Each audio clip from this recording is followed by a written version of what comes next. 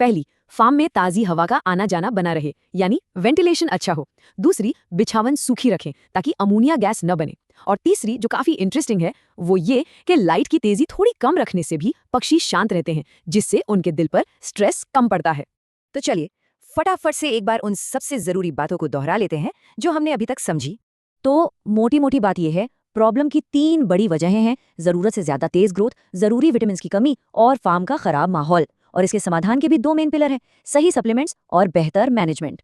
तो अब जब सारी बातें साफ हैं, वजह भी और उपाय भी, तो सवाल ये उठता है कि शुरुआत कहाँ से करनी है। अपने फार्म को इस बड़े नुकसान से बचाने के लिए सबसे पहला, सबसे जरूरी कदम क्या उठाना चाहिए, इस पर सोचना बहुत जरूरी है।